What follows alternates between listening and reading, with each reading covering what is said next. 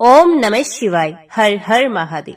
आप सभी को प्रदोष व्रत की हार्दिक शुभकामनाएं। प्रदोष व्रत प्रत्येक माह के शुक्ल और कृष्ण पक्ष की त्रयोदशी तिथि को आता है। जब यह व्रत रविवार के दिन पड़ता है तो इसे रवि प्रदोष कहा जाता है। ये व्रत भगवान शिव को समर्पित व्रत है और इसे करने से विशेष रूप से स्वास्थ्य, सुख, समृद्धि और दीर्घायु की प्राप्ति होती है। इस दिन व्रत रखने से भगवान सूर्यदेव और भगवान शिव दोनों की कृपा प्राप्त होती है, जिससे मान सम्मान और यश बढ़ता है। यह व्रत करने से निरोगी जीवन और लंबी आयु का वरदान मिलता है। प्रदोष काल में भगवान शिव की पूजा करने से पापों का नाश होता है और मोक्ष का मार्ग प्रशस्त होता है। व्यापार, नौकरी और अन्य कार्यों में सफलता पाने के लिए ये व्रत बहुत शुभ माना जाता है। इस व्रत को करने से दाम्पत्य जीवन में प्रेम बना रहता है। इस व्रत को करने के लिए प्रातः स्नान कर स्वच्छ वस्त्र धारण करें, व्रत का संकल्प लें और दिन भर उपवास रखें। सूर्यदेव को अर्घ्य दें और भगवान शिव का ध्यान करें।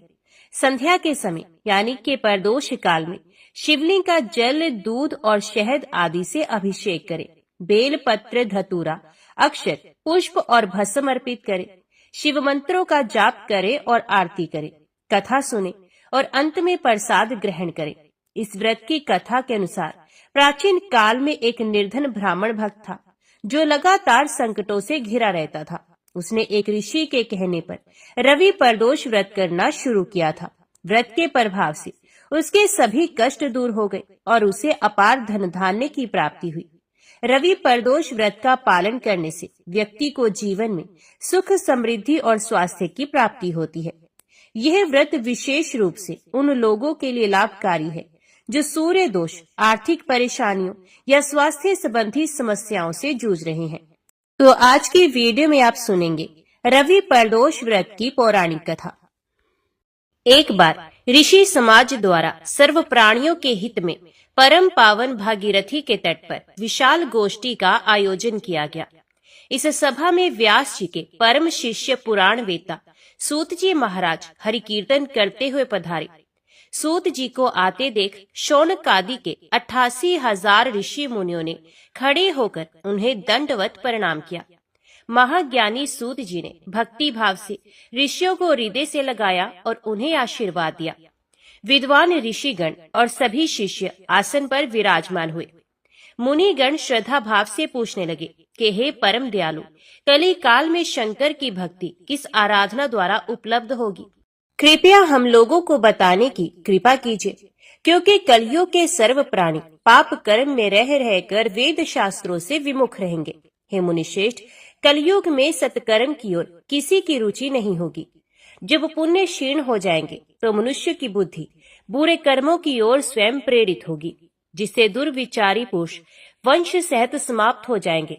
इस भूमंडल पर जो मनुष्य ज्ञानी होकर ज्ञान की शिक्षा नहीं देता, उस पर परम पिता परमेश्वर कभी प्रसन्न नहीं होते हैं। हे महामुने, ऐसा कौन सा व्रत है जिससे मनोवांछित फल की प्राप्ति होती है? कृपा करके बताइए। ऐसा सुनकर दयालु हृदय से सूत जी कहने लगे कि हे श्रेष्ठ मुनि और शौनक जी, आप धन्यवाद के पात्र हैं। आपके विचार प्रशंसनीय और सराहनीय हैं। आप वैष्णव अग्रगण्य हैं, क्योंकि आपके हृदय में सदा परहित की भावना समाहित है। इसलिए हे शौनकादि ऋषियों, सुनो, मैं उस व्रत के बारे में बताता हूँ जिसे करने से सभी पापों से मुक्ति मिलती है। धन वृद्धि, दुख विनाशक, सुख प्राप्त कराने वाला, संतान देने वाला और मनोवांछित फल की प्राप्ति कराने वाला व्रत होता है। यह व्रत तुमको सुनाता हूँ जो किसी समय भोलेनाथ ने सती जी को सुनाया था और उनसे प्राप्त ये परम श्रेष्ठ उपदेश मेरे पूज्य गुरु जी ने मुझे सुनाया था, जिसे समय पाकर आपको मैं शुभ बेला में सुनाता हूँ। सूत जी कहने लगे कि आयु वृद्धि, स्वास्थ्य लाभ के लिए त्रयोदशी का व्रत करें। इस व्रत की विधि इस प्रकार है। सुबह स्नान कर निराहार व्रत करें, शिव जी का ध्यान करें, शिव मंदिर में जाकर भोलेनाथ की पूजा करें। पूजा के बाद त्रिपुंड तिलक धारण करें, शिवलिंग पर बेल पत्र चढ़ाएं, धूप, दीप और अक्षत से पूजा करें। शिव जी को ऋतु फल अर्पित करें, ओम नमः शिवाय मंत्र का रुद्राक्ष की माला से जप करें। ब्राह्मणों को भोजन कराएं और सामर्थ्य के अनुसार दान दक्षिणा दें। इसके बाद मौन व्रत रखें। व्रती को सत्य बोलना है। इस व्रत में हवन आहुति भी देनी चाहिए। शौनक आदि ऋषि बोले, हे पूज्यवर, आपने यह बताया कि यह व्रत परम गोपनीय, मंगलप्रद और कष्ट निवारक है। कृपया ये बताने का कष्ट करें कि यह व्रत किसने किया और उसे क्या फल प्राप्त हुआ। श्री सूत जी बोले, आप शिव के परम भक्त हैं। आपकी भक्ति देखकर मैं व्रती पुरुषों की कथा कहता हूँ। एक गांव में अति दीन ब्राह्मण निवास करता था। उसकी पत्नी परदोष व्रत किया करती है और उसका एक पुत्र था। एक बार की बात है कि उसका पुत्र गंगा स्नान करने के लिए गया था। मार्ग में उसे चोरों ने घेर लिया और वे कहने लगे कि हम तुझे मारेंगे, नहीं तो तू अपने पिता का गुप्त धन बतला दे। बालक दीन भाव से कहने लगा कि हम अत्यंत दुखी दीन हैं, हमारे पास धन कहाँ है। चोर फिर कहने लगे कि तेरे पास पोटली में क्या बंधा है। बालक ने उत्तर दिया कि मेरी माता ने मुझे रोटी बनाकर बांध कर दी है। दूसरा चोर बोला कि भाई, ये तो अति दीन दुखी हृदय है, इसे छोड़ दो। बालक इतनी बात सुनकर वहां से जाने लगा और एक नगर में पहुंचा। नगर के पास एक बरगद का पेड़ था। बालक थककर वहां बैठ गया और पेड़ की छाया में सो गया। उस नगर के सिपाही चोरों की खोज कर रहे थे और वे बालक के पास आ गए। सिपाही बालक को चोर समझकर राजा के पास ले गए और राजा ने उसे कारावास की आज्ञा दे दी। उधर बालक की माँ शंकर जी का परदोष व्रत कर रही थी। उसी रात राजा को स्वप्न आया कि यह बालक चोर नहीं है, सुबह होते ही छोड़ दो, नहीं तो आपका राज्य वैभव जल्दी ही नष्ट हो जाएगा। रात समाप्त होने पर राजा ने उस बालक से पूरी कहानी पूछी और बालक ने सारी कहानी सुनाई। बालक की बात सुनकर राजा ने सिपाही को भेजकर माता पिता को बुलवा लिया। राजा ने जब उन्हें भयभीत देखा तो कहा कि तुम लोग चिंता मत करो, तुम्हारा बालक निर्दोष है। हम तुम्हारी दरिद्रता देखकर 5 गांव दान में देते हैं। शिव की दया से ब्राह्मण परिवार अब सुखी रहने लगा। इस प्रकार से जो कोई इस व्रत को करता है उसे आनंद की प्राप्ति होती है। ओम नमः शिवाय। हर हर महादेव। विदर्भ देश में सत्यरथ नाम से प्रसिद्ध एक राजा थे जो सब धर्मों में तत्पर, धीर, सुशील और सत्य प्रतीक थे। धर्म पूर्वक पृथ्वी का पालन करते हुए उनका बहुत सा समय सुख पूर्वक बीत गया। तदंतर शालक देश के राजाओं ने विदर्भ नगर पर आक्रमण करके उसे चारों ओर से घेर लिया। अपनी पुरी को शत्रुओं से घेरी हुई देख विदर्भ राज विशाल सेना साथ लेकर युद्ध के लिए आए। बलोमत्त शाल्व देशीय क्षत्रियों के साथ राजा का अत्यंत भयंकर युद्ध हुआ। शाल्वों की बहुत बड़ी सेना मारी गई, परंतु अंत में विदर्भ राज भी उनके हाथ से मारे गए। मंत्रियों सहित उस महारथी वीर राजा के मारे जाने पर मरने से बचे हुए सैनिक भाग खड़े हुए। उस समय विदर्भ राज सत्यरथ की एक पतिव्रता स्त्री अत्यंत शोकग्रस्त हो रात के समय राजभवन से निकलकर पश्चिम दिशा की ओर चली गई। वे गर्भवती थी। सवेरा होने पर धीरे धीरे मार्ग से जाती हुई उस साध्वी रानी ने बहुत दूर का रास्ता तय कर लेने के पश्चात एक स्वच्छ तालाब देखा और वे उसके किनारे शोभा पाने वाले एक छायादार वृक्ष के नीचे बैठ गई। भाग्यवश उसी निर्जन स्थान में वृक्ष के ही नीचे पतिव्रता रानी ने उत्तम गुणों से युक्त शुभ मुहूर्त में एक पुत्र को जन्म दिया। तत्पश्चात अत्यंत प्यास से व्याकुल हुई सुंदर अंगों वाली रानी जलाशय में उतरी। इतने में ही एक बड़े भारी ग्रह ने आकर उसे अपना ग्रास बना लिया। वे बालक पैदा होते ही माता पिता से हीन हो गया और भूख प्यास से पीड़ित हो उस सरोवर के किनारे जोर जोर से रोने लगा। वे नवजात शिशु जब इस प्रकार क्रंदन कर रहा था, उसी समय भाग्यवश वहां एक श्रेष्ठ ब्राह्मणी आ पहुंची। वे भी अपने 1 वर्ष के बालक को गोद में लिए हुए आई थी। ब्राह्मणी निर्धन और विधवा थी। घर घर भीख मांगकर जीवन निर्वाह करती थी। उसका नाम उमा था।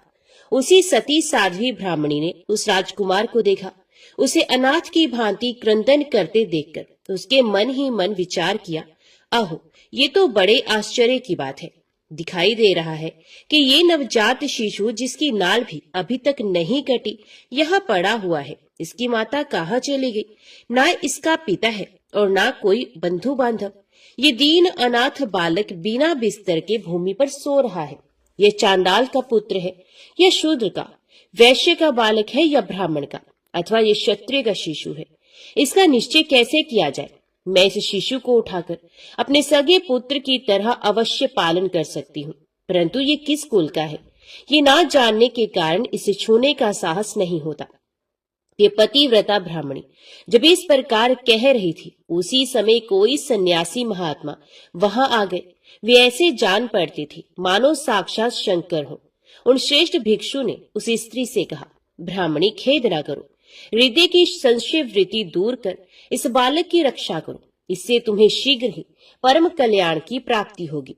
इतना कहकर वे दयालु भिक्षु तुरंत वहां से चले गए। उनके जाने के बाद ब्राह्मणी ने विश्वास पूर्वक उस बालक को लेकर अपने घर की ओर प्रस्थान किया। उस राजकुमार का ब्राह्मणी ने अपने बेटे के समान ही पालन पोषण किया। एक चक्रा नामक नगर में उस ब्राह्मणी का घर था। ये भिक्षा के अन्न से ही अपने पुत्र और राजकुमार को भी पालने लगी। ब्राह्मणों ने ब्राह्मणी के तथा राजा के भी पुत्र का संस्कार कर दिया। वे दोनों सर्वत्र सम्मानित होकर दिन दिन बढ़ने लगे। समय आने पर उनका उपनयन संस्कार हुआ। अब वे दोनों बालक एक साथ रहकर नियमों का पालन करने लगे। दोनों माता के साथ प्रतिदिन भिक्षा के लिए जाते थे। एक दिन वे ब्राह्मणी उन दोनों बालकों के साथ भीख मांगती हुई देव योग से देव मंदिर में गई। वहां बड़े बूढ़े ऋषि मुनि रहा करते थे। उन दोनों बालकों को देखकर परम बुद्धिमान शांडिल्य नामक मुनि ने कहा, अहो, देव का बल बड़ा विचित्र है। कर्मों का उल्लंघन करना किसी भी जीव के लिए अत्यंत कठिन है। देखो ना, ये बालक दूसरी माता की शरण लेकर भिक्षा से जीवन निर्वाह करता है। इस ब्राह्मणी को ही श्रेष्ठ माता के रूप में पाकर ब्राह्मण बालक के साथ ब्राह्मण भाव को प्राप्त हो गया है। शांडिल्य मुनि का ये वचन सुनकर ब्राह्मणी को बड़ा विस्मय हुआ। उसने भरी सभा में मुनि को प्रणाम करके पूछा, ब्राह्मण, एक सन्यासी के कहने से मैं इस बालक को अपने घर ले आई हूँ। यद्यपि अभी तक इसके कुल का पता नहीं चला, तथापि मैं पुत्र की भांति इसका पालन पोषण करती हूँ। आप ज्ञान के नेत्रों से देखते हैं, अतः आपसे मैं ये जानना चाहती हूँ कि ये बालक किस कुल में उत्पन्न हुआ है और इसके माता पिता कौन है? तो मुनि कहने लगे, ये विदर्भ देश के राजा का पुत्र है। इतना कहकर मुनि ने उस बालक के पिता के युद्ध में मारे जाने तथा उसकी माता के ग्रह द्वारा ग्रस्त होने का सब समाचार पूर्ण रूप से बता दिया। ये सुनकर ब्राह्मणी को और भी आश्चर्य हुआ।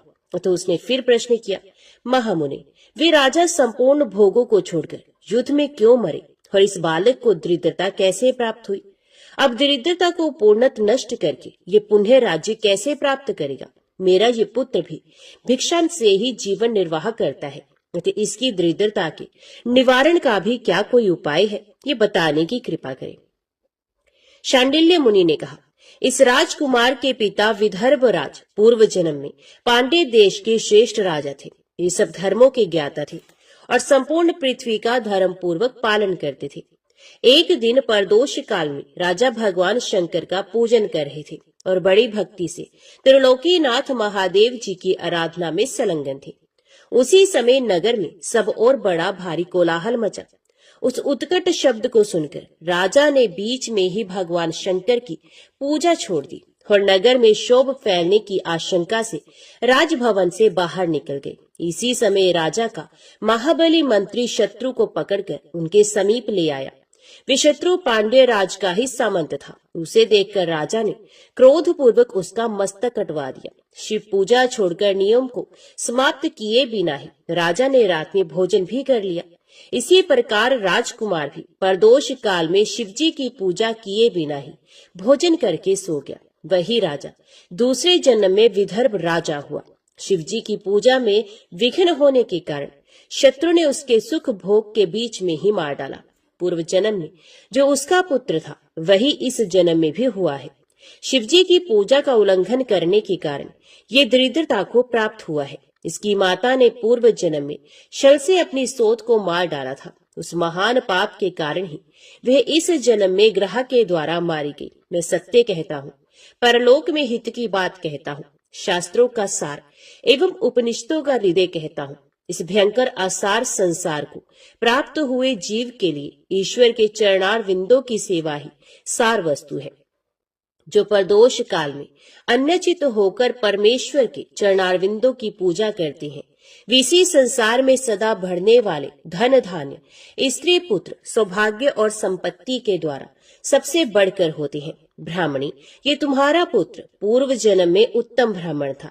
इसने सारी आयु केवल दान लेने में बिताई है, यज्ञ आदि सत्कर्म नहीं किए हैं, इसलिए ये दरिद्रता को प्राप्त हुआ है। उस दोष का निवारण करने के लिए अब ये भगवान शंकर की शरण में जाए।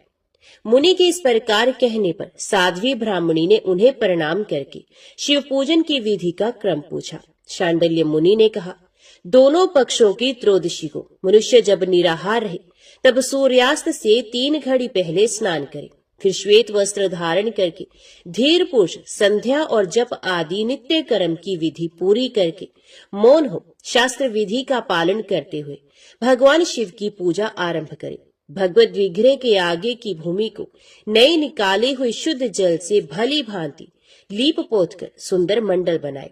धोत वस्त्र आदि के द्वारा उस मंडल को सब ओर से घेर दे। ऊपर से चंदोवा आदि लगाकर फल फूल और नवीन अंकुरों से उसको सजा दे। मंडल के मध्य की भूमि में 5 रंगों से विचित्र कमल अंकित करके उसी पर सुस्थिर एवं उत्तम आसन बिछाकर बैठ जाए और हृदय में भक्ति भाव से युक्त हो पूजा की सब सामग्री एकत्रित करे।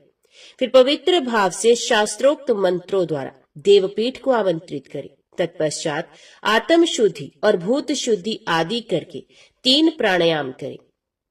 उसके बाद बिंदुयुक्त बीज अक्षरों के द्वारा विधि पूर्वक मात्र का न्यास करे। तदंतर परा देवता का ध्यान करके मात्र का न्यास की विधि पूरी करे। फिर परम शिव का ध्यान करके पीठ के वाम भाग में गुरु को प्रणाम करे। दक्षिण भाग में गणेश जी को मस्तक झुकाए। दोनों अंशों और जांघों में धर्म आदि का न्यास करे। नाभि तथा पार्श्व भागों में अधर्म आदि का न्यास करे। तत्पश्चात हृदय में अनंत आदि का न्यास करके देवपीठ पर मंत्र का न्यास करे। आधार शक्ति से लेकर ज्ञानमक तक क्रमश न्यास करके हृदय में एक कमल की भली भांति भावना करे।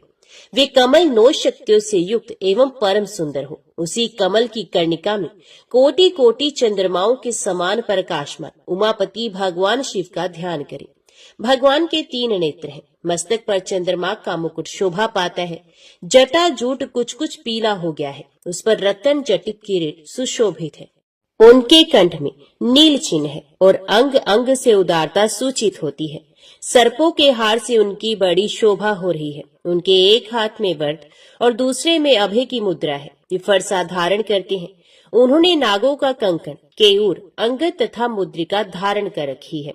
वे व्याघ्र चरम पहने हुए रतन में सिंहासन पर विराजमान है। उनके वाम भाग में गिरिराज नंदिनी उमा देवी का चिंतन करें। इस प्रकार महादेव जी तथा गिरिजा देवी का ध्यान करके गंध आदि से उनकी मानसिक पूजा करें। 5 वैदिक मंत्रों से गंध आदि द्वारा पूर्वोक्त 5 स्थानों में अथवा हृदय में पूजा करें। फिर मूल मंत्र से 3 बार हृदय में ही पुष्पांजलि दें। उसके बाद सिंहासन पर महादेव जी का पुनः पूजन प्रारंभ करें। पूजा के आरंभ में एकाग्रचित होकर संकल्प पड़े। तदंतर हाथ जोड़कर मन ही मन भगवान शिव का ध्यान एवं आवाहन करें। हे भगवान शंकर, आप ऋण पातक दुर्भाग्य और दरिद्रता आदि की निवृत्ति के लिए तथा संपूर्ण पापों का नाश करने के लिए मुझ पर प्रसन्न हो जाइए। मैं दुख और शोक की आग में जल रहा हूँ। संसार भय से पीड़ित हूँ। अनेक प्रकार के रोगों से व्याकुल और दीन हूँ। वृषवाहन, मेरी रक्षा कीजिए। देव देवेश्वर, सबको निर्भय कर देने वाले महादेव जी, आप यहाँ पधारिए और मेरी की हुई इस पूजा को पार्वती देवी जी के साथ ग्रहण कीजिए। इस प्रकार संकल्प और आवाहन करके पूजा आरंभ करनी चाहिए। तत्पश्चात मनुष्य एकाग्रचित हो रुद्र सूक्त का पाठ करते हुए वहां स्थापित किए हुए शंख के जल से और पंच अमृत से महादेव जी का अभिषेक करके भांति भांति के मंत्रों से आसन आदि उपचारों को समर्पित करे। भावना द्वारा दिव्य वस्त्रों से विभूषित स्वर्ण सिंहासन की कल्पना करें और उसी पर भगवान को विराजमान करके अष्टगुण युक्त अर्घ्य और पादम निवेदन करें। फिर शुद्ध जल से आचमन कराकर मधु पर्क दे। उसके बाद पुण्य आचमन के लिए जल देकर मंत्रोच्चारण पूर्वक स्नान कराएं। फिर यज्ञोपवीत वस्त्र और आभूषण अर्पण करें। परम पवित्र अष्टांग युक्त चंदन चढ़ावे। बिल्व, मदार, लाल कमल, धतूर, कने, सनई का फूल, चमेली, उषा, अपामार्ग, तुलसी, जोही, चंपा, भटकटैया और करवीर के फूलों से जितने मिल जाए उन सबको शिव उपासक भगवान शिव पर चढ़ाए। इनके अतिरिक्त भी नाना प्रकार के सुगंधित पुष्प निवेदन करें। तत्पश्चात लाल चंदन से उत्पन्न धूप और निर्मल दीप समर्पित करें। उसके बाद हाथ धोकर घी, नमकीन और साग, मिठाई, पुआ, शक्कर तथा गुड़ के बने हुए पदार्थ एवं खीर का नैवेद्य भोग लगाए। मधु, दही और जल भी अर्पण करें। उस खीर का ही मंत्र द्वारा प्रज्वलित की हुई अग्नि में हवन करें। ये होम शास्त्रोक्त विधि से आचार्य के कथन अनुसार संपन्न करना चाहिए। भगवान शंकर को नैवेद्य देकर मुख शुद्धि के लिए उत्तम तांबूल अर्पण करें। धूप, आरती, सुंदर शस्त्र, उत्तम दर्पण को वैदिक तांत्रिक मंत्रों द्वारा विधि पूर्वक समर्पित करें। यदि ये सब करने की अपने में शक्ति ना हो, अधिक धन का अभाव हो, तो अपने पास जितना धन हो उसी के अनुसार भगवान की पूजा करें। गौरीपति भगवान शंकर भक्ति पूर्व भेंट किए हुए पुष्प मात्र से भी संतुष्ट हो जाते हैं। तदंतर स्तोत्रों द्वारा स्तुति करके भगवान को साष्टांग प्रणाम करें। फिर परिक्रमा करके पूजा समर्पित करने के पश्चात विधि पूर्वक श्री गिरजापति की प्रार्थना करें और कहें, हे देव, हे जगन्नाथ, आपकी जय हो। सनातन शंकर आपकी जय हो। संपूर्ण देवताओं के अधीश्वर आपकी जय हो। सर्वदेव पूजित आपकी जय हो। सर्वगुणातीत आपकी जय हो। सबको वर देने वाले प्रभु आपकी जय हो। नित्य आधार रहित अविनाशी विशंभर आपकी जय हो। जय हो। संपूर्ण विश्व के लिए एकमात्र जानने योग्य महेश्वर आपकी जय हो। नागराज वासुकी को आभूषण के रूप में धारण करने वाले प्रभु आपकी जय हो। गौरीपति आपकी जय हो। चंद्रशेखर शंभु आपकी जय हो। कोटि सूर्य के समान तेजस्वी शिव आपकी जय हो। अनंत गुणों के आश्रय आपकी जय हो। भयंकर नेत्रों वाले रुद्र आपकी जय हो। अचिंत्य निरंजन आपकी जय हो। नाथ दया सिंधु आपकी जय हो। भक्तों की पीड़ा का नाश करने वाले प्रभु आपकी जय हो। दुस्तर संसार सागर से पार उतारने वाले परमेश्वर आपकी जय हो। महादेव, मैं संसार के दुखों से पीड़ित एवं खिन्न हूँ, मुझ पर प्रसन्न हो। परमेश्वर, समस्त पापों के भय का अपहरण करके मेरी रक्षा कीजिए। मैं महान दारिद्र्य के समुद्र में डूबा हुआ हूँ। बड़े बड़े पापों ने मुझे आक्रांत कर लिया है। मैं महान शोक से नष्ट और बड़े बड़े रोगों से व्याकुल हूँ। सब ओर से तृण के भार से लदा हुआ हूँ। पाप कर्मों की आग में जल रहा हूँ और ग्रहों से पीड़ित हो रहा हूँ। शंकर, मुझ पर प्रसन्न हो जाइए। निर्धन मनुष्य इस प्रकार पूजा के अंत में भगवान गिरजापति की प्रार्थना करे। धनाढ्य अथवा राजा का इस प्रकार भगवान शंकर की प्रार्थना करनी चाहिए। हे शंकर जी, आपके प्रसाद से मेरे सदा आनंद रहे। मेरे राज्य में लुटेरे न रहे। सब लोग निरापद होकर रहें। पृथ्वी पर अकाल, महामारी आदि के संताप शांत हो जाए। सबकी खेती धन धान्य से समृद्ध हो। संपूर्ण दिशाओं में सुख का साम्राज्य छा जाए। इस प्रकार प्रदोष व्रत के दिन गिरजापति भगवान शंकर की आराधना करे। ब्राह्मणों को भोजन कराए और उन्हें दक्षिणा देकर संतुष्ट करे। इस प्रकार मैंने सब पापों का नाश, सब प्रकार की दरिद्रता का निवारण तथा समस्त मनोवांछित वस्तुओं का दान करने वाली शिव पूजा का वर्णन किया। ये शिव की पूजा शिव जी के द्रव्य का हरण करने के पाप को छोड़कर शेष सभी महापातकों और उपपातकों के महान समुदाय का नाश करती है।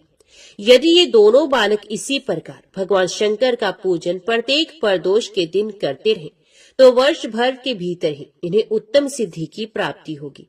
शांडिल्य मुनि का वचन सुनकर उस ब्राह्मणी ने दोनों बालकों के साथ मुनि के चरणों में प्रणाम किया और इस प्रकार कहा, भगवान, आज मैं आपके दर्शन मात्र से कृतार्थ हो गई।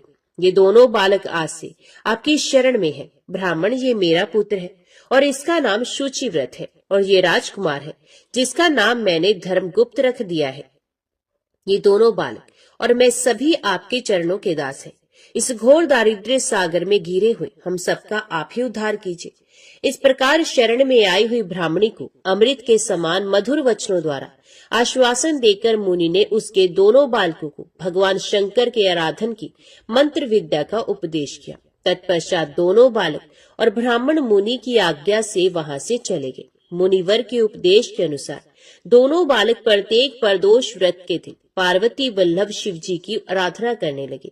इस प्रकार शिव पूजा करते हुए द्विज कुमार और राजकुमार के 4 महीने सुखपूर्वक बीत गए। एक दिन द्विज कुमार राजकुमार को साथ लिए बिना ही नदी के तट पर स्नान करने के लिए चले गया और वहां मौज से देर तक इधर उधर घूमता रहा। वह झरने के जल से आघात से खाई की भूमि कट जाने से उसमें गड़ा हुआ एक बड़ा भारी खजाने का कलश चमक रहा था, जिस पर ब्राह्मण कुमार की दृष्टि पड़ी। उसे देखकर वे सहसा हर्ष और कौतूहल में भरकर उसके समीप गया और उसे देवता के प्रसाद से प्राप्त हुआ मानकर सर पर लेकर घर को चल दिया तथा घर के भीतर उस घड़े को रखकर माता से कहा, माँ, ये भगवान शंकर का प्रसाद तो देखो। उन्होंने दया करके घड़े के रूप में ये खजाना दिखला दिया। तब उस पतिव्रता ब्राह्मणी ने राजकुमार को भी बुलाकर कहा, पुत्रो, इस खजाने के घड़े को तुम दोनों आपस में बराबर बराबर बांट लो। माता की बात को सुनकर ब्राह्मण के पुत्र को प्रसन्नता हुई, किंतु राजपुत्र ने उनसे कहा, माँ, ये तुम्हारे ही पुत्र के पुण्य से प्राप्त हुआ है, अतः मैं इस खजाने को बांटकर लेना नहीं चाहता। अपने पुण्य से प्राप्त हुए खजाने का ये स्वयं ही उपभोग करे, वे ही भगवान शंकर मुझ पर भी कृपा करेंगे। इस प्रकार प्रसन्नता पूर्वक भगवान शंकर की पूजा करते हुए उन दोनों कुमारों का उसी घर में 1 वर्ष व्यतीत हो गया। एक दिन राजकुमार उस ब्राह्मण कुमार के साथ वसंत ऋतु में वन में भ्रमण करने के लिए गया। कुछ दूर जाने पर उन्होंने सैकड़ों गंधर्व कन्याओं को परस्पर क्रीड़ा करते हुए देखा। उन्हें देखकर ब्राह्मण कुमार ने दूर से ही राजकुमार से कहा, यहाँ से आगे जाना उचित नहीं, क्योंकि उधर स्त्रियां विहार कर रही हैं। स्वच्छ अंतकरण वाले विद्वान पुरुष स्त्रियों का सामीप्य त्याग देते हैं। ये रमणीय छल करने वाली तथा वाणी द्वारा अनुन्य विनय करने में कुशल है। ये पुरुषों को अपनी दृष्टि मात्र से मोहित करती है, इसलिए अपने धर्म में तत्पर ब्रह्मचारी कभी स्त्रियों के समीप जाकर उनके साथ वार्तालाप ना करे। ऐसा कहकर ब्राह्मण कुमार लौट पड़ा और दूर जाकर खड़ा हो गया, किंतु राजकुमार अकेला ही निर्भय होकर स्त्रियों की उस क्रीड़ा स्थली की ओर चला गया। उन गंधर्व कन्याओं में से एक ने राजकुमार को आते देख मन ही मन कुछ विचार किया और सखियों से कहा, सहेलियों, यहाँ से थोड़ी ही दूर पर एक उत्तम वन है, जहाँ विचित्र चंपा, अशोक, पुन्नाग और बकुल आदि वृक्ष खिले हुए हैं। वहां जाकर तुम सब लोग फूल तोड़ो, तब तक मैं यहाँ बैठी हूँ। तुम फूलों का संग्रह करके पुनः यहाँ आ जाना। उसके इस प्रकार आदेश देने पर सखियां वन के भीतर चली गई और वे गंधर्व कन्या राजकुमार पर दृष्टि लगाए वहीं खड़ी रही। उसे देखकर राजकुमार कामदेव के बाणों से पीड़ित हो गया। गंधर्व कन्या ने अपने पास आए हुए राजकुमार को बैठने के लिए कोमल पल्लवों का आसन दिया और पूछा, कमल नयन, तुम कौन हो, किस देश से यहाँ आए हो और किसके पुत्र हो? इस प्रकार पूछने पर राजकुमार ने अपना पूरा परिचय बताया। मैं विदर्भ राज का पुत्र हूँ। मेरे माता पिता बचपन में ही मर गए हैं। शत्रुओं ने मेरे राज्य पर अधिकार जमा लिया है और मैं दूसरे के राज्य में गुजारा करता हूँ। ये सारी बातें बताकर राजकुमार ने उस गंधर्व कन्या से पूछा, सुंदरी, तुम कौन हो, यहाँ तुम्हारा क्या कार्य है और तुम किसकी पुत्री हो? उनके इस प्रकार पूछने पर कन्या ने कहा, महाराज कुमार, एक द्रविक नामक गंधर्व है जो समस्त गंधर्व कुल के अगुआ माने जाते हैं। मैं उन्हीं की पुत्री हूँ और मेरा नाम अंशुमति है। सब सखियों को छोड़कर मैं यहाँ अकेली हूँ। मैं तुम्हारी अभिलाषा जानती हूँ। तुम्हारा मन मुझ में आसक्त हो गया है। इसी प्रकार देव ने मेरे मन में भी तुम्हारे लिए उत्कंठा भर दी है। अब हम दोनों का स्नेह कभी भंग नहीं होना चाहिए। ऐसा कहकर गंधर्व कुमारी ने शीघ्र ही अपने गले से मोती का हार निकालकर प्रेम पूर्वक राजकुमार को भेंट किया। उस अद्भुत हार को देखकर राजकुमार ने पूछा, भीरू, मैं एक बात कहता हूँ, मैं राज्यहीन और निर्धन हूँ, तो मेरी प्रिया कैसे होना चाहती हो? मूर्ख स्त्री की भांति पिता की आज्ञा का उल्लंघन करके अपनी इच्छा के अनुसार आचरण क्यों करती हो? ये सुनकर गंधर्व कन्या ने कहा, प्रियतम, आपका कहना ठीक है। मैं पिता की आज्ञा के विरुद्ध नहीं जाऊंगी। आप इस समय घर को पधारे और परसों प्रातः काल पुण्य यहीं दर्शन दीजिए, आपसे कुछ हमारा कार्य है। इतना कहकर वे गंधर्व कन्या अपनी सखियों के आ जाने से उनके साथ चली गई और राजकुमार भी हर्षपूर्वक ब्राह्मण कुमार के समीप लौट आया। उसने द्विज पुत्र से सब बातें बताई और उसके साथ घर को प्रस्थान किया। वहां पतिव्रता ब्राह्मणी को भी ये शुभ समाचार सुनाकर राजकुमार ने प्रसन्न किया तथा पूर्व निश्चित समय आने पर वे पुण्य द्विज पुत्र के साथ वन में गया। नियत स्थान पर पहुंचकर राजकुमार ने देखा गंधर्व राज और उनकी कन्या दोनों उपस्थित हैं। गंधर्व राज ने वहां आए हुए दोनों कुमारों का अभिनंदन किया और सुंदर आसन पर बिठाकर राजपुत्र से कहा, विदर्भ राजकुमार, मैं कल कैलाश पर्वत पर गया था। वहां मैंने पार्वती जी के साथ महादेव जी के दर्शन किए। देवेश्वर भगवान शिव करुणा रूपी अमृत के सागर है। उन्होंने मुझे बुलाकर सब देवताओं के समीप इस प्रकार कहा, पृथ्वी तल पर धर्मगुप्त नाम से प्रसिद्ध एक राजकुमार है जो इस समय अकिंचन है। उसका राज्य छिन गया है। शत्रुओं ने उसके देश को अपने अधिकार में कर लिया है। अब ये बालक अपने गुरु की आज्ञा से सदा मेरी आराधना में संलग्न रहता है। उसी के प्रभाव से आज उसके समस्त पितृ मेरे स्वरूप को प्राप्त हो गए हैं। गंधर्व श्रेष्ठ, तुम भी उस राजकुमार की सहायता करो। अब वे शत्रुओं को मारकर अपने राज्य सिंहासन पर आसीन हो जाएगा। महादेव जी के इस प्रकार आज्ञा देने पर मैं अपने घर को आया। यहाँ इस मेरी कन्या ने भी तुम्हारे लिए बहुत प्रार्थना की। ये सब परम दयालु भगवान शिव की प्रेरणा से ही हो रहा है। ऐसा समझकर मैं इस कन्या को साथ लेकर आया हूँ तथा अपनी पुत्री अंशुमति को मैं तुम्हें पत्नी रूप में देता हूँ और भगवान शिव जी की आज्ञा से शत्रुओं को मारकर तुम्हें तुम्हारे राज्य पर बिठाऊंगा। अपने उस नगर में तुम अपनी इस धर्म पत्नी के साथ 10,000 वर्षों तक मनोवांछित सुख भोग कर अंत में भगवान शिव के लोक में जाओगे और वहां भी मेरी ये कन्या तुम्हारी ही सेवा में प्रस्तुत रहेगी। इस प्रकार कहकर गंधर्व राज ने उसी वन में राजकुमार के साथ अपनी पुत्री का विवाह कर दिया और दहेज में परम उज्ज्वल रत्न भार भेंट किए। चंद्रमा के समान चमकीली चूड़ामणि तथा दमकते हुए मोतियों के मनोहर हार दिए। दिव्याभूषण वस्त्र, स्वर्ण के बने हुए बहुत से सामान, 10,000 हाथी, 1,00,000 नीले घोड़े और हजारों सोने के बड़े बड़े रथ प्रदान किए। अंत में एक दिव्य रथ, इंद्र के धनुष के समान विशाल धनुष, सहस्रों अस्त्र शस्त्र, अक्षय बाणों से भरे हुए 2 तरकस, अभेद्य स्वर्णमय कवच तथा शत्रुओं का संहार करने वाली शक्ति समर्पित की। अपनी पुत्री की सेवा के लिए गंधर्वराज ने प्रसन्नचित होकर 5,000 दासियां दी। इतना ही नहीं, राजकुमार की सहायता के लिए उन्होंने अत्यंत उग्र गंधर्वों की चतुरंगणी सेना भी भेंट की। इस प्रकार परम उत्तम संपत्ति को पाकर राजकुमार अपनी मनोवांछित पत्नी के साथ बहुत प्रसन्न हुए। पुत्री का विवाह कराकर गंधर्वराज स्वर्गलोक में चले गए। धर्मगुप्त विवाह के अनंतर गंधर्वों की सेना के साथ अपने नगर को गए और वहां उन्होंने शत्रु सेना का संहार करके राजधानी में प्रवेश किया। तत्पश्चात श्रेष्ठ ब्राह्मणों और मंत्रियों ने मिलकर राजकुमार का अभिषेक किया और वे रत्नमय सिंहासन पर आरूढ़ होकर अकंटक राज्य का उपभोग करने लगे। जिस ब्राह्मण पत्नी ने उनका अपने पुत्र की भांति पालन किया था, वही उनकी माता हुई। वे द्विज कुमार ही भाई हुआ तथा गंधर्व राजकुमारी अंशुमति महारानी के पद पर प्रतिष्ठित हुई। भगवान शंकर की आराधना करके धर्मगुप्त विदर्भ देश के राजा हो गए। इसी प्रकार दूसरे लोग भी प्रदोष व्रत के दिन गिरजापति की आराधना करके मनोवांछित कामनाओं को प्राप्त कर लेते हैं और देहावसान होने पर परम गति को प्राप्त होते हैं। सूत जी कहते हैं, जो प्रदोष व्रत के परम अद्भुत पुण्य में महात्म्य को उस व्रत के दिन शिव पूजन के पश्चात एकाग्रचित होकर सुनता अथवा पढ़ता है, उसे 100 जन्मों तक कभी दरिद्रता नहीं होती और अंत में वे ज्ञान के ऐश्वर्य से युक्त हो भगवान शंकर के परम धाम को प्राप्त होता है। ओम नमः शिवाय। हर हर महादेव। अभी सुनिए सोमवार व्रत कथा। किसी नगर में एक धनी व्यापारी रहता था। दूर दूर तक उसका व्यापार फैला हुआ था। नगर के सभी लोग उस व्यापारी का सम्मान करते थे। इतना सब कुछ संपन्न होने के बाद भी वे व्यापारी बहुत दुखी था, क्योंकि उसका कोई पुत्र नहीं था, जिस कारण अपने मृत्यु के पश्चात व्यापार के उत्तराधिकारी की चिंता उसे हमेशा सताती रहती थी। पुत्र प्राप्ति की इच्छा से व्यापारी प्रत्येक सोमवार भगवान शिव की व्रत पूजा किया करता था और शाम के समय शिव मंदिर में जाकर शिव जी के सामने घी का दीपक जलाया करता था। उसकी भक्ति देखकर माता पार्वती प्रसन्न हो गई और भगवान शिव से उस व्यापारी की मनोकामना पूर्ण करने का निवेदन किया। भगवान शिव बोले, इस संसार में सबको उसके कर्म के अनुसार फल की प्राप्ति होती है।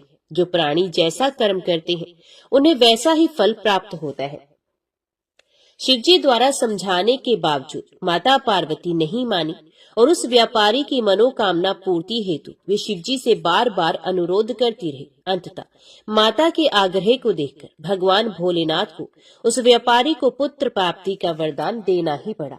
वरदान देने के पश्चात भोलेनाथ माता पार्वती से बोले, आपके आग्रह करने पर मैंने पुत्र प्राप्ति का वरदान तो दे दिया, परंतु इसका पुत्र केवल 16 वर्ष से अधिक समय तक जीवित नहीं रहेगा। उसी रात भगवान शिव उस व्यापारी के स्वप्न में आए और उसे पुत्र प्राप्ति का वरदान दिया और उसके पुत्र के 16 वर्ष तक जीवित रहने की भी बात बताई। भगवान के वरदान से व्यापारी को खुशी तो हुई, लेकिन पुत्र की अल्प आयु की चिंता ने उस खुशी को नष्ट कर दिया। व्यापारी पहले की तरह सोमवार के दिन भगवान शिव का विधिवत व्रत करता रहा। कुछ महीनों के बाद उसके घर एक अति सुंदर बालक ने जन्म लिया और घर में खुशियां ही खुशियां भर गई। बहुत धूमधाम से पुत्र जन्म का समारोह मनाया गया, परंतु व्यापारी को पुत्र जन्म की अधिक खुशी नहीं हुई, क्योंकि उसे पुत्र की अल्प आयु के रहस्य का पता था। जब पुत्र 12 वर्ष का हुआ तो व्यापारी ने उसे उसके मामा के साथ पढ़ने के लिए वाराणसी भेज दिया। लड़का अपने मामा के साथ शिक्षा प्राप्ति हेतु चल दिया। रास्ते में जहाँ भी मामा भांजे विश्राम हेतु रुकते, वहीं यज्ञ करते और ब्राह्मणों को भोजन कराते। लंबी यात्रा के बाद मामा भांजे एक नगर में पहुंचे। उस दिन नगर के राजा की कन्या का विवाह था, जिस कारण पूरे नगर को सजाया गया था। निश्चित समय पर बारात आ गई, लेकिन वर का पिता अपने बेटे के एक आंख से काने होने के कारण बहुत चिंतित था।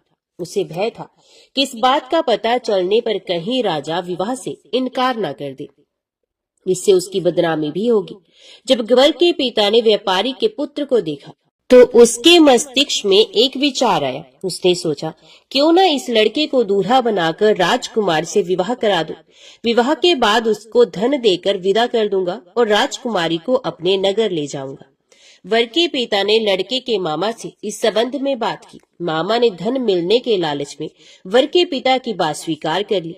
लड़के को दूल्हे का वस्त्र पहनाकर राजकुमारी से विवाह करा दिया गया। राजा ने बहुत सारा धन देकर राजकुमारी को विदा किया। शादी के बाद लड़का जब राजकुमारी के साथ लौट रहा था तो वे सच नहीं छिपा सका और उसने राजकुमारी की ओढ़नी पर लिख दिया, राजकुमारी, तुम्हारा विवाह मेरे साथ हुआ है। मैं तो वाराणसी पढ़ने के लिए जा रहा हूँ और अब तुम्हें जिस नवयुवक की पत्नी बनना पड़ेगा वे एक आंख से काना है। जब राजकुमारी ने अपनी ओढ़नी पर लिखा हुआ पढ़ा तो उसने काने लड़के के साथ जाने से इनकार कर दिया। राजा को जब ये सब बातें पता चली तो उसने राजकुमारी को महल में ही रख लिया। उधर लड़का अपने मामा के साथ वाराणसी पहुंच गया और गुरुकुल में पढ़ना शुरू कर दिया। जब उसकी आयु 16 वर्ष की हुई तो उसने यज्ञ किया। यज्ञ की समाप्ति पर ब्राह्मणों को भोजन कराया, खूब अन्न वस्त्र दान किए। रात को वह अपने शयन कक्ष में सो गया। शिव के वरदान के अनुसार शयन अवस्था में ही उसके प्राण पखेरु उड़ गए। सूर्योदय पर मामा मृत भांजे को देखकर रोने पीटने लगा। आसपास के लोग भी एकत्रित होकर दुख प्रकट करने लगे। लड़के के मामा के रोने विलाप करने के स्वर समीप से गुजरते हुए भगवान शिव और माता पार्वती जी ने भी सुने। माता पार्वती ने भगवान शिव से कहा, प्राणनाथ, मुझे इसके रोने के स्वर सहन नहीं हो रहे हैं। आप इस व्यक्ति के कष्ट को अवश्य दूर करें।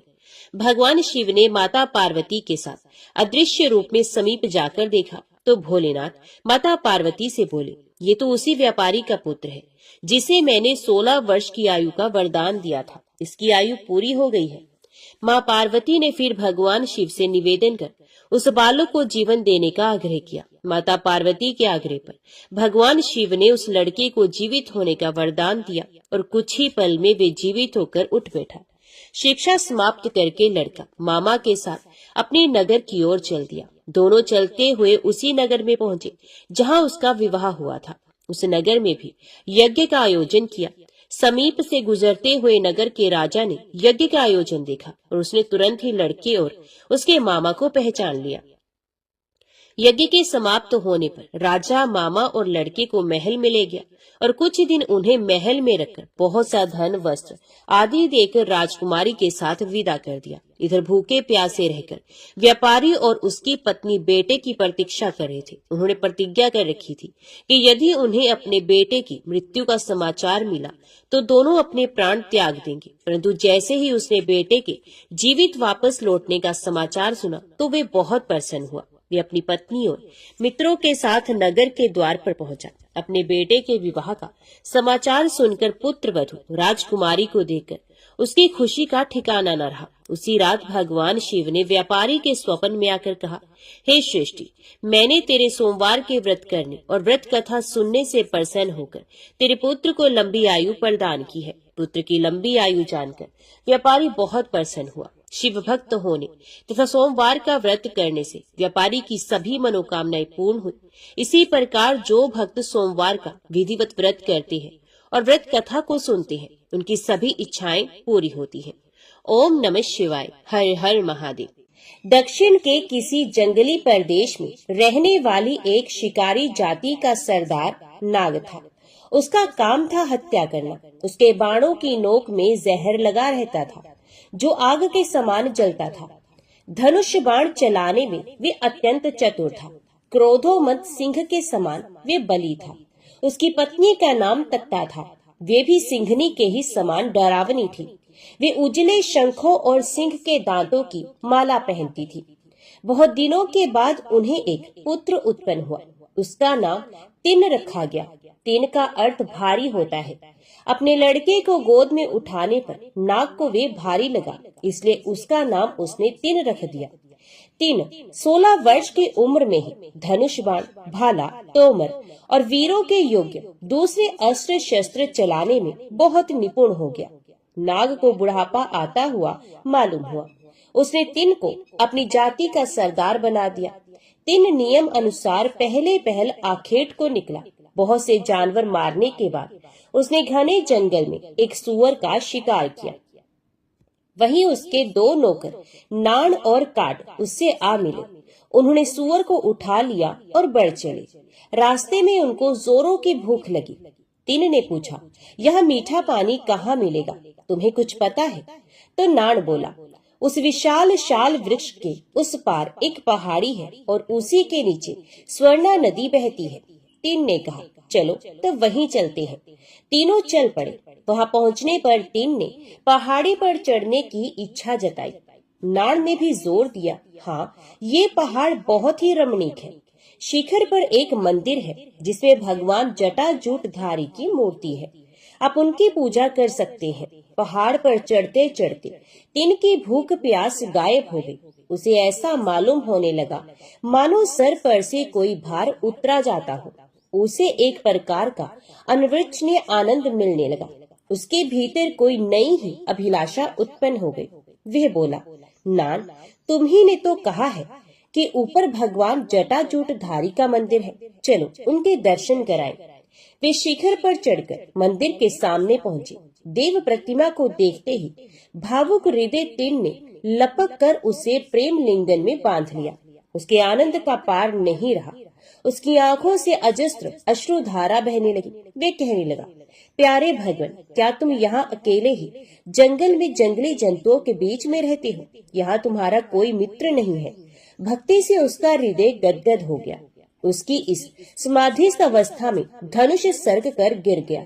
मूर्ति के सर पर कुछ हरे पत्ते, जंगली फूल और शीतल जल देखकर वे दुखी हो गया और कहने लगा, किस नराधम ने मेरे स्वामी के सर पर ये चीजें रखी हैं? नान ने जवाब दिया, आपके पूज्य पिता के साथ मैं यहाँ बहुत बार आया हूँ।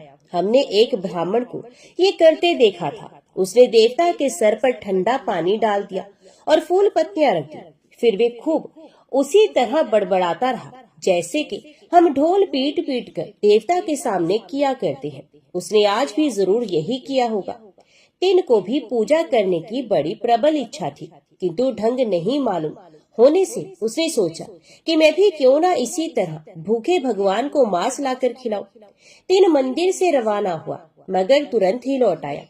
वे बार बार जाने की कोशिश करता था, किंतु इस नई निधि को छोड़ने की इच्छा न होने से लौट आता था। उसकी हालत उसी गाय जैसी हो गई जो अपने पहले बछड़े को नहीं छोड़ना चाहती।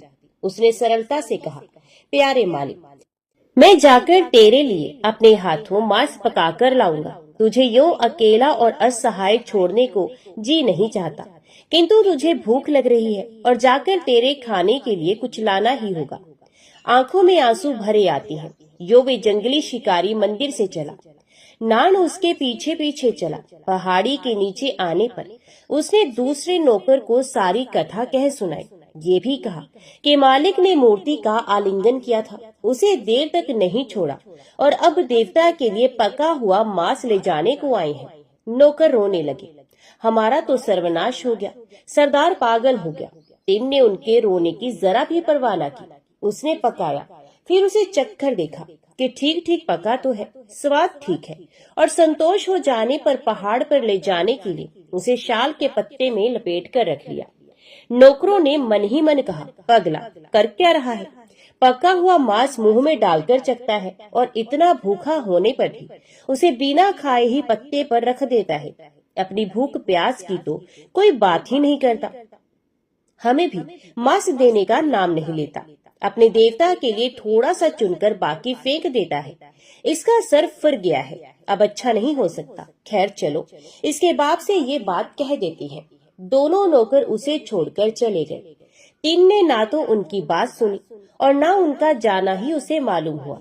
वे तो अपने ही काम में मगन था। अभिषेक के लिए उसने अपने मुंह में ताजा पानी भर लिया, क्योंकि उसके पास कोई बर्तन नहीं था। चढ़ाने के लिए अपने बालों में उसने कुछ जंगली सुगंधित फूल खोस लिए। एक हाथ में उसने मांस लिया और दूसरे में आत्म रक्षा के लिए तीर, धनुष, और वे दोपहर की कड़कड़ाती धूप में पहाड़ पर चढ़कर जाने लगा। ये सोचकर कि देवता भूखे होंगे, वे और भी तेजी से चलने लगा। शिखर पर पहुंचने के बाद वे मंदिर में जूता पहने ही दौड़कर घुस गया। देवता के सर पर से पुराने फूल उसने बड़े स्नेह के साथ पैरों से हटाए, अभिषेक के लिए ऊपर से कुल्ला कर दिया और देवता के आगे मांस रखकर अपनी साधारण बोली में खाने का आग्रह करने लगा। अंधेरा हो गया। टिन ने सोचा, ये समय तो जंगली जानवरों के घूमने का है, देवता को यहाँ अकेला छोड़कर मैं नहीं जा सकता। उसने हाथ में धनुष बाण लेकर रात भर पहरा दिया। सवेरा होने पर जब चिड़िया चहचहाने लगी, तब वे देवता के आगे प्रणिपात और प्रार्थना करके ताजा मांस लाने के लिए चला गया। वे ब्राह्मण पुजारी जो पूजा किया करता था, नियम अनुसार प्रातः काल आया। मंदिर में जूतों और कुत्ते के पैरों की छाप देखकर तथा चारों ओर हाड़ मांस छितराया हुआ देखकर वे बहुत ही घबराया। विलाप करने लगा, हाय भगवान, अब मैं क्या करूं? किसी जंगली शिकारी ने मंदिर भ्रष्ट कर दिया है। लाचार उसने झाड़ बुहार कर साफ किया। मांस के टुकड़े कहीं पैरों से छू ना जाए, इसलिए उसे बड़ी कठिनता से इधर उधर चलना पड़ता था। फिर वे नदी में से स्नान करके आया और मंदिर की संपूर्ण शुद्धि की। आंखों में आंसू भरकर देवता के आगे प्रणिपात करने लगा। फिर उठकर उसने वेद ऋचाओं से परम पुरुष परमात्मा की स्तुति की। पूजा समाप्त करके वे अपने तपोवन को लौट गया। टिन ने कई जानवर मारे और पिछले दिन के समान चुनकर मांस पकाया और चख चख कर अच्छे अच्छे टुकड़े अलग रख दिए। उसने कई अच्छे ताजे मधु के छत्ते इकट्ठे किए, उनका मधु मांस में निचोड़ा। फिर वे मुंह में पानी भरकर बालों में फूल खोसकर एक हाथ में मांस लिए हुए और दूसरे में धनुष बाण लेकर पहाड़ पर चढ़ा। ज्यों-ज्यों मंदिर निकट आता जाता था, उसकी आतुरता भी बढ़ती जाती थी। वे बड़े बड़े डग भरता चला। उसने देवता के सर पर से फूल पत्ते पैर से ठेलकर साफ किए, कुल्ला करके अभिषेक कराया और ये कहते हुए कि मांस का उपहार सामने रखा, देवता कल से आज का मांस मीठा है, कल तो केवल सुअर का मांस था, आज तो बहुत से स्वादिष्ट जानवरों के मांस चखकर और उसकी खूब स्वादिष्ट चुनकर लाया हूँ, उसमें मधु भी निचोड़ा है। इस तरह टिन के 5 दिन भर शिकार करके देवता के लिए मांस इकट्ठा करने और रात भर पहरा देने में बीते। उसे आप खाने पीने की सुध ही न रही। तीन के चले जाने के बाद प्रतिदिन ब्राह्मण पंडित आते और रात के इस भ्रष्टाचार पर विलाप करते। मंदिर धोकर साफ करते, नदी स्नान करके शुद्धि करते और पूजा पाठ करके अपने स्थान पर लौट जाते। जब इतने दिनों तक तीन नहीं लौटा, तब उसके सभी संबंधी और माता पिता निराश हो गए। ब्राह्मण पुजारी रोज ही हार्दिक प्रार्थना करते, हे प्रभु, मेरे पाप क्षमा करो, ऐसा भ्रष्टाचार रोको। एक रात स्वप्न में परमेश्वर उनके सामने आकर बोले, मित्र, तुम मेरे इस प्रिय शिकारी भक्त को नहीं जानते। ये मत समझो कि वे निरा शिकारी ही है, वे तो बिल्कुल ही प्रेम में है। वे मेरे सिवा और कुछ जानता ही नहीं। वे जो कुछ करता है मुझको प्रसन्न करने के लिए करता है। जब वह अपने जूते की नोक से मेरे सर पर से सूखे फूल हटाता है, तब उसका स्पर्श मुझे प्रिय पुत्र कुमार देव के आलिंगन से भी अधिक प्रिय लगता है।